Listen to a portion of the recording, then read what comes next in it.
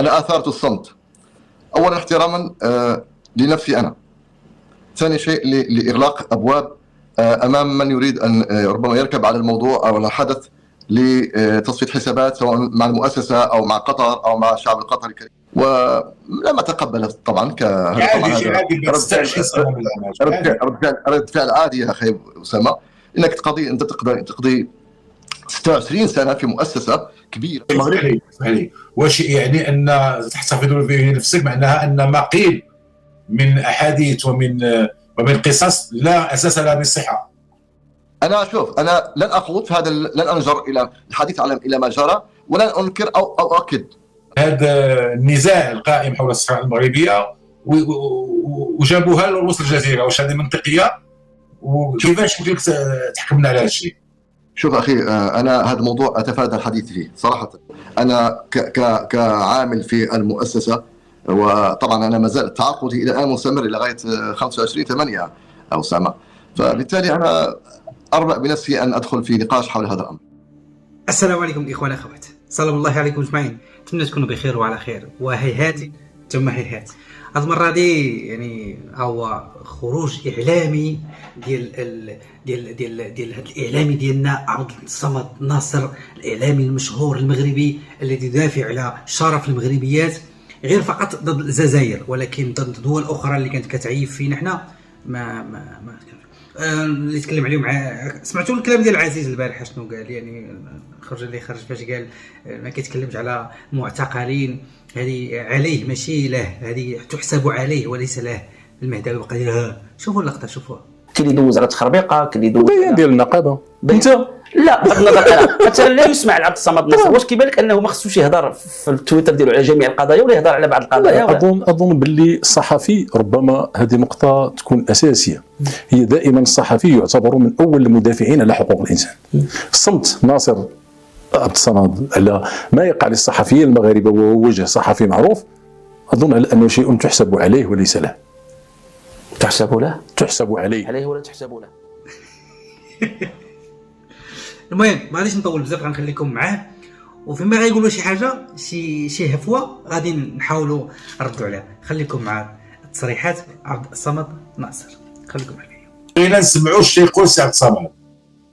واسي أسامة، طبعا الحدث ليس عاديا، والحدث أخذ أبعاد وصدى كبير، وبالتالي أنا لما شفت أنه ممكن هذا الحدث يأخذ واحد البعد وربما يحرف هذا البعد، أنا آثرت الصمت.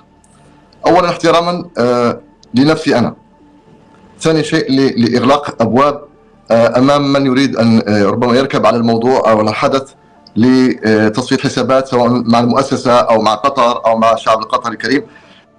كنظن أنك مسكتي عايش عطيتي الناس يهضروا، يعني الصمت ديالك كان مضر لك أنت وللناس، ان بغيتي تقول زعما لا راه انا سكت باش لا، انت ما سكتي، عاش الناس هضرات وركبت على الموجه. ان كون خرجتي النهار الاول وقلتي شنو كاين وشنو وقع لك، ما كانش هادشي غادي يوقع. فالناس دابا تهمتك بالتجسس وبكوارث وانك انت خدام اجنده ديال المخزن الى اخره. كمل انا معك، كمل. طبعا الحدث بالنسبه لي انا شخصيا في البدايه يعني كان له وقع على نفسي، ولم اتقبل طبعا رد فعل عادي يا اخي اسامه، انك تقضي 26 سنه في مؤسسه كبيره. ما قبلتيش، ولكن من بعد تقول قبلت. نخلي المغاربه باش يسمعوا كيفاش انت ما قبلتيش، يعني ما قبلتيش وفي نفس الوقت انت غتخرج من واحد الباب كبير كاف واحد الانسان منتصر اللي فائز، ولكن ما قبلتيش. سبحان الله. وقلتي تقضي وتقاضي. شوف سبحان الله العظيم، بغيتي تقاضي وقاضي الجزيره اللي 26 عام وانت جالسه يعني انت كتخدم عندها وكذا وهذا، ولكن بغيتي انت يعني تقضي وتقاضي. كلمه شوف هذه الكلمه وهذه الكلمه تقضي، ولكن قلتي تقاضي، ما تقدرش تقاضيهم.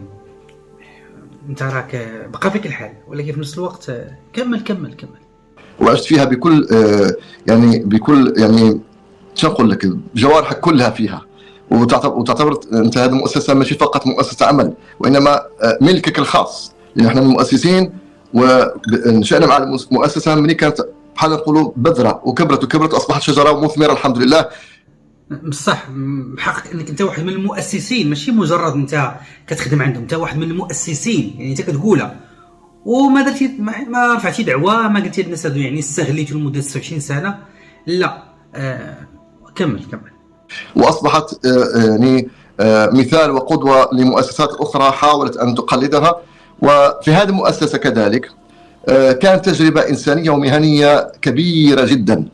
يعني في هذه المؤسسه الحمد لله ولجنا الى عالم الاعلام من بابه الواسع، وتعلمنا الكثير، اعطيناها واعطتنا، واكتسبنا ايضا علاقات وصداقات و شو نقول لك لا توصف على الصعيد الانساني، واكتسبنا معارف ايضا من خلال الاحتكاك والتفاعل والتثاقف مع مختلف الجنسيات العربيه العامله في المؤسسه. وبالتالي كان كل يوم عمل وكانه يوم للتعلم، لاكتساب مزيد من المعرفه، للمزيد من المهنيه وتعلم اشياء كثيره.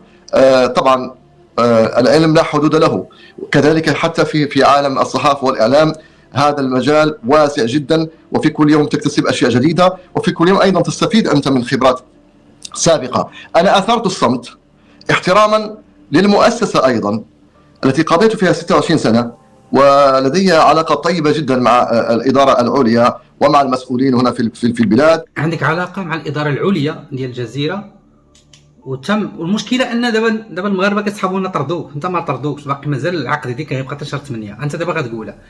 يعني هادشي كامل ومشيتي وسكتي، وهما ساكتين وانت ساكت. انت اذا الا كنتي مظلوم تهضر على حقك، كنتي ما مظلومش ما غاديش تقول لهم انا لا بقى فيا الحال. حلقه مفقوده. كمل. ومع الشعب القطري الكريم، مع زملائي الذين تربطوني بهم علاقات وطيدة جدا. عشنا يعني مراحل وأحداث تاريخية كبيرة غطيناها عبر عملنا اليومي سواء في الاستوديو أو في الميدان، وبالتالي كانت دائما هناك نوع من الترابط، ولكل منا قصة في مجال عمله. وإذا فتحت المجال لآخرين لكي يركبوا على موجة تضامن لضرب المؤسسة، أكون ضربت نفسي أنا.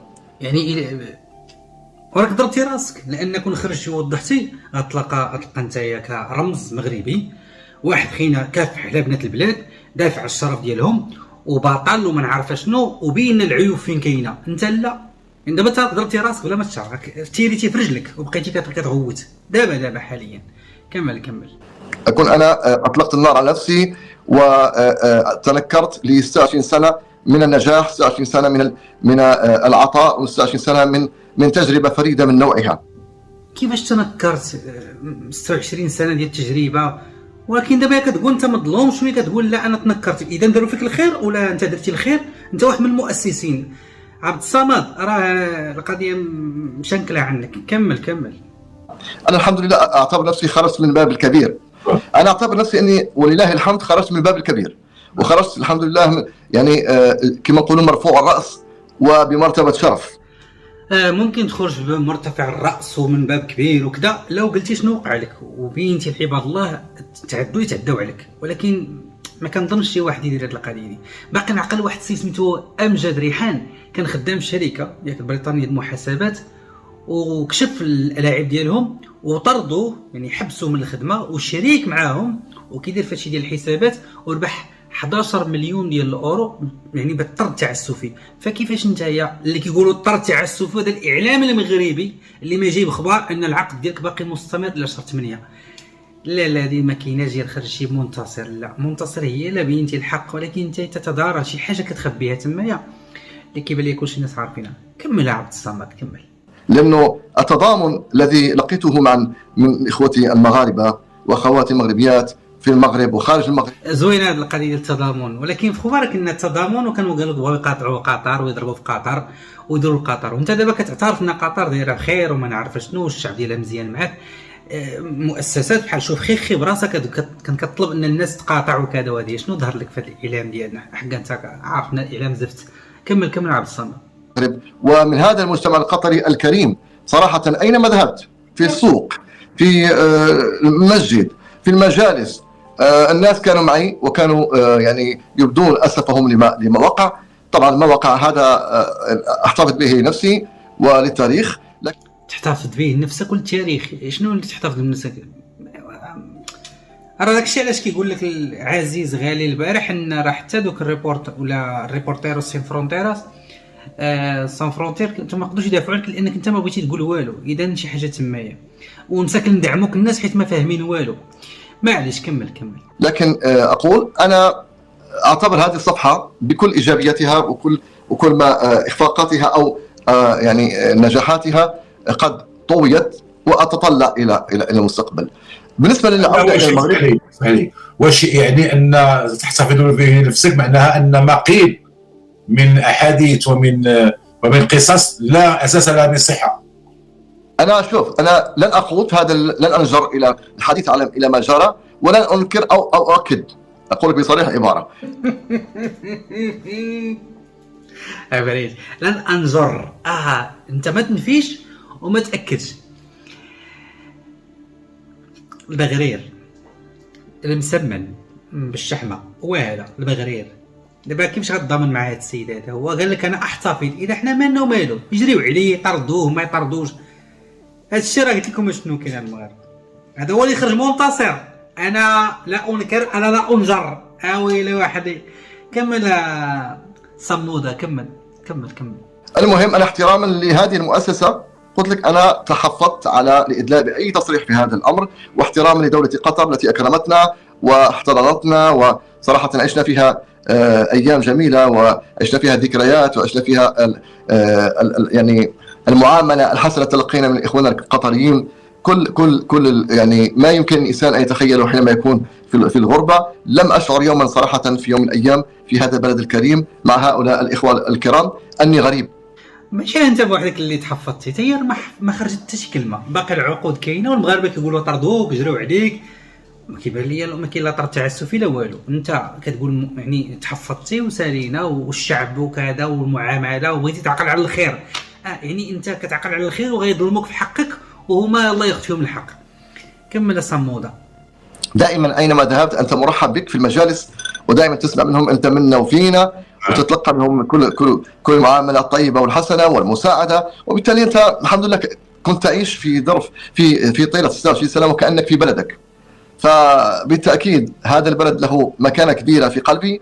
هؤلاء الطيبون الكرام اهل هذا البلد الذين اكرموني وتعاملوا معي بكل حسنى وبالمعروف وبصراحه بمعامله يمكن ان اصفها الا بكل خير، تعاملوا معي هكذا، فلهم ايضا في القلب مكانه. وانا بالتاكيد اخي اسامه اؤكد لك ان حتى لو عدت الى المغرب ان شاء الله وساعود الى وطني الحبيب، ستبقى صلتك وطيده مع الاخوه يعني اصدقاء والناس هنا في المجتمع القطري وفي هذا البلد، بهذا البلد الطيب ايضا. وللجزيره ايضا ستبقى طبعا مكانه كبيره، لانه لا يمكن بين عشيه وضحاها ان اقلب صفحه الجزيره واقول الجزيره خرجت من وجداني بعد ما هي كانت عشق. ستبقى ايضا الجزيره كما هي في قلبي في وجداني عشق، لاني لا احمل، قلتها مرارا في لقاءات صحفيه اخرى، لن احمل المؤسسه وزر قرار غير محسوب من شخص ما في المؤسسه في حقي سامحه الله. اي عقل يتقبل هذا؟ اذا ماشي المؤسسه تعدات عليك واحد، اذا رفعت دعوه بهذاك الواحد. اي انسان عاقل سوف يقدم الشكوى ولا يرفع دعوى قضائيه ضد هذا الشخص وليس ضد المؤسسه. العشق باقي. اذا علاش هذا الشيء؟ سامحه الله. كمل السموده، كمل. على كل حال يعني الايام بيننا والتاريخ بيننا وسيحكم، والناس الان اصبحت تقريبا تعرف كل التفاصيل. كيفاش الان الناس كلها تقريبا تعرف كل التفاصيل؟ شنو التفاصيل؟ لان ما قلتي انت، ما تحفظتي وما بغيتي تقول وما غاديش نجر. دابا كتقول الناس كتعرف التفاصيل. عجبتك القضيه ديال انك انت مظلوم؟ زوينه ديك القضيه ديال انا مظلوم، لانك لا اكدتي انك مظلوم غادي يرفعوا بك دعوه. يمكن الجزائر ساعه تاخذ اجراء. كمل صموده. تقول لك واش وانا انظر الى المستقبل، انظر الى الامام الان. واش المستقبل يمر حتما بالمغرب او عندك بعض العروض من قنوات اخرى؟ سمعنا البي بي سي سمعناها، واش كاين شي صحيح ولا العوده الى المغرب؟ انا مشروعي هو العوده الى المغرب.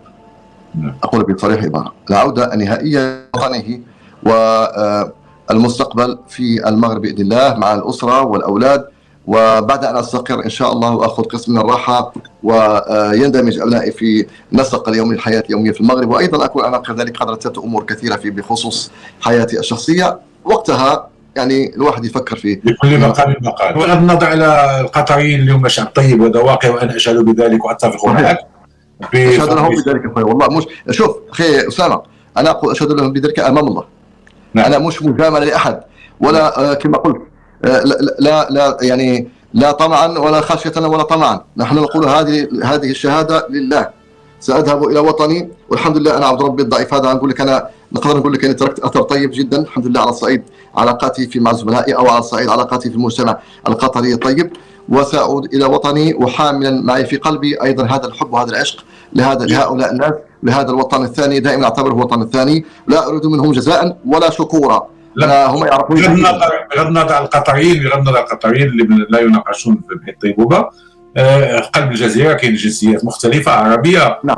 لكن العلاقات في الأخير بين المغاربة والجزائريين أصبحت معقدة شيئا ما. كيفاش تشرح يعني دخول الصحفيين خصوصا الجزائريين لا المغاربة لهذا النزاع القائم حول الصحراء المغربية وجابوها لوسط الجزيرة؟ واش هذه منطقية؟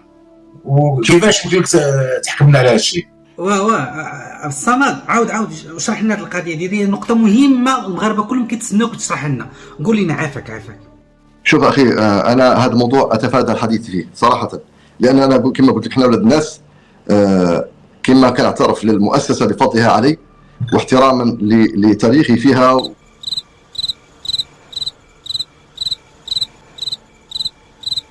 الصحراء المغربيه تتفادى فردوس. انت كمل يا صمودة كمل. وللزماله واحتراما للعلاقه الوطيده مع مختلف الجنسيات العربيه طبعا الطيبين اللي كنا دائما بيننا علاقه ود كبير واحترام ومحبه.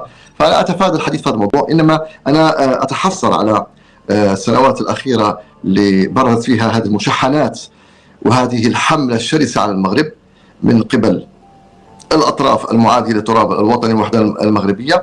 أنا حاولت أني أتفادى أدخل في هذا الجدل وفي هذا اللغط قدر ما أستطيع. كنت فقط أحاول أن أكتب معطيات عن القضية المغربية وأعرف المشارقة أو غير المطلعين على خبايا الأمور بوجهة النظر المغربية. أنا لم أكن أريد أبدا أن أدخل في هذه الصدامات والمشاحنات، لولا أنه البعض يدفعك دفعا يا أخي بالإساءة إلى رموز المملكة، بالإساءة إلى الدولة المغربية، بالإساءة إلى الشعب المغربي. أنت أحيانا تكون مضطر اضطرارا أنك يعني ترد أو استفزازات تولد استفزازات بزاف. كاين شي جوج ثلاثة الناس في الجزيرة بسلو وفيسبوك بسلو بزاف.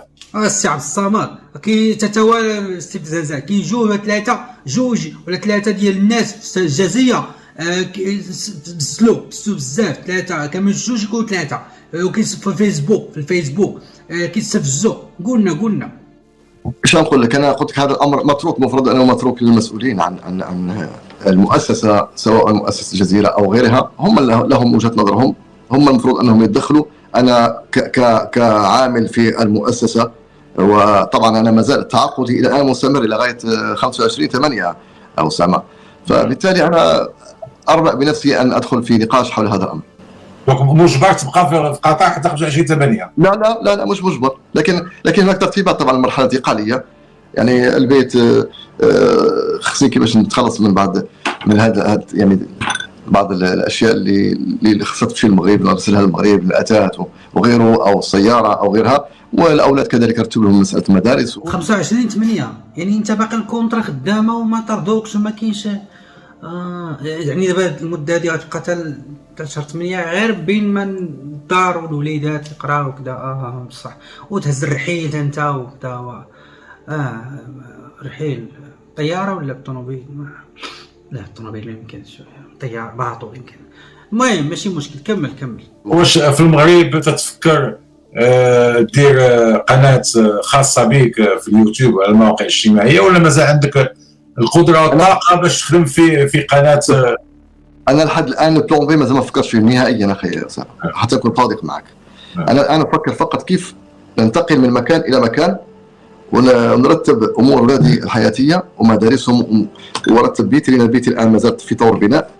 مازال يلا سينا غروزوفر ان شاء الله لما يخلص ونرتب البيت ونستقر ونجلس واحد فتره راحه وهدوء، انسان يجلس ويتامل، يعني يقرا فيما مضى كذلك ويقيم التجربه وينظر ماذا بامكانه ان ايضا ان يفعل مستقبلا. لا اخفيك انا كانت صراحه، لا اخفيك انه كانت عندي طرح علي بعض المشاريع في المغرب للعوده. هذا الشيء طبعا بعد المشكله مش قبل المشكله، حتى ما يقولكش الواحد في دماغه يقول لك هذا اختلق المشكله باش هو يرجع، لا ابدا.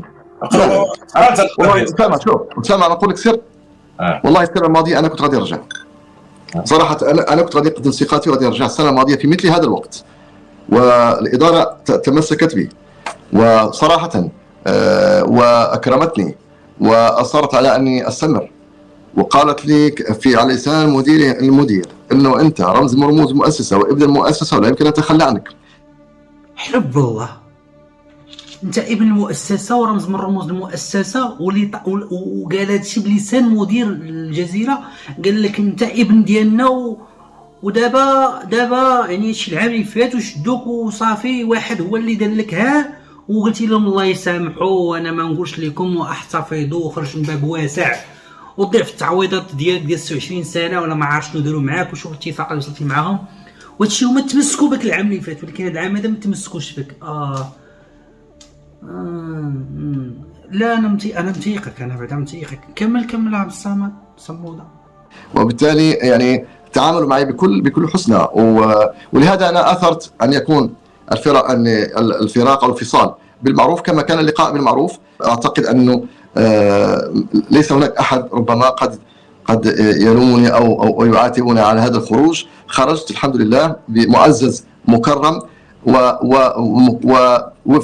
وفي حمله كبيره جدا من التعاطف والمحبه من المغاربه وغير المغاربه ومن المجتمع القطري الطيب هذا. قلت لك كيف فين ما كنت الناس كيكرموني والناس كيتعاطفوا معايا ويتضامنوا معايا، فالحمد لله اللهم لك الحمد. تبقى الجزيره، شوف اسامه كلمه اخيره، الجزيره دائما كانت لا تقوم على فرد، يمشي عبد الصمد يجي واحد اخر وتبقى الجزيره كبيره، ودائما الجزيره انا فايني كبيره وانا احترمها واحترم زملائي اللي فيها والعشره اللي فيها، واللي كان السبب الله يسامحه من الله سبحانه وتعالى. الله يسامحه. احساس عرفتي شويه غادي نبكي والله ما قدرتش. هي فعلا لا تقعد ولا تقوم على فرد، ولكن الفرد وقفك. انت فهم ما قلتيها، الجزائر كيمشي واحد كيجي واحد، هي لا تقوم ولا تقعد، ولكن هي واحد كيقول لبنادم اقعد ولا اجلس، وانت ماشي تقول الحمد لله عندك التضامن والتعاطف، وانت غتهبط اسيدي المغرب وغتعيش حياتك في الرباط، من يكملوا الدار باقي ما كملوش البني 26 عام في الغربه، وانت راه الحمد لله يعني راه ماشي انت راه المخزن ديالك وكلشي ديالك وعاش المالي وهذا ما كان. هما الخوت المغاربه هذا هو الفيديو. السيد كيما بدا كيما سالا، ما كاين والو بحال ما قال والو وما غيقول والو، لانه لا جاي يقول غادي يقولوا حتى هما. وراك عارف اللي يوريكم. احبكم في الله. تعليقات، بارطاجات، لايكات. السلام عليكم. لا حول ولا قوه.